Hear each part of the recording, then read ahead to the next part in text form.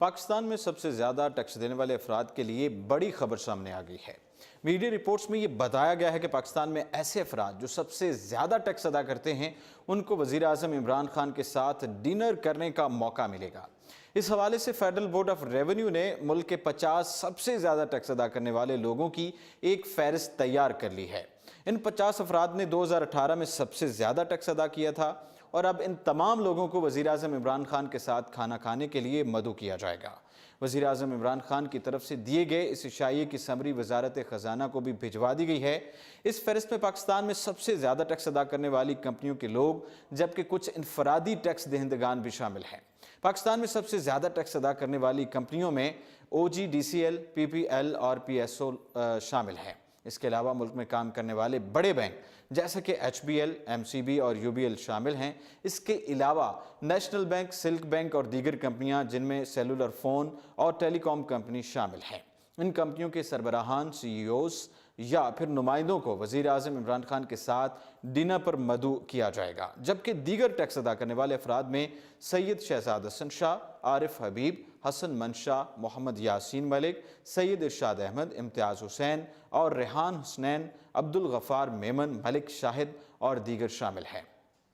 Media reports में ये मजीद बताया गया है कि टैक्स पेयर्स को वज़ीर आज़म इमरान खान के साथ खाने पर मदऊ करने का मकसद उनकी मजीद हौसला अफजाई करना है। इसके अलावा उनसे टैक्स आमदनी बढ़ाने के लिए पॉलिसी साजी में अपनी सिफारिशात भी तलब की जाएंगी। अमली सिफारिशात बजट का हिस्सा बनाई जाएंगी। ये बात वाज़ेह है कि वज़ीर आज़म इमरान खान ने 22वें वज़ीर आज़म की हैसियत से हल्फ उठाने के बाद ये ऐलान किया था कि वो मुल्क में सबसे ज़्यादा 50 टैक्स पेयर्स के साथ खाना खाएंगे। दूसरी तरफ निजी टीवी चैनल के प्रोग्राम में बात करते हुए मारूफ सहाफ़ी रऊफ क्लास्टर ने बताया कि इमरान खान ने पहले कहा कि मुझे गैस की कीमतों में इजाफे का इल्म ही नहीं है। इमरान खान ने गैस की कीमतों में इजाफे की इंक्वायरी का हुक्म भी दे दिया है। रऊफ क्लास्टर ने कहा कि आजकल जिनके घरों में हज़ारों के बिल्स आए हुए हैं वो भी हुकूमत का दिफा करते नजर आते हैं और उन्होंने एक बात पकड़ ली है कि जनवरी में गैस की खपत बहुत हुई है। इनसे पूछें कि क्या दिसंबर में गैस की खपत नहीं हुई? इससे पहले भी सर्दियां आती रहती हैं, लेकिन क्या इससे पहले कभी 30 या 35 हज़ार के गैस के बिल आते थे? उन्होंने कहा कि असद उमर ने इक्तिसादी मुशावरती कौंसिल के इजलास में बैठकर 10% से लेकर 143% तक गैस की कीमतों में इजाफा किया है।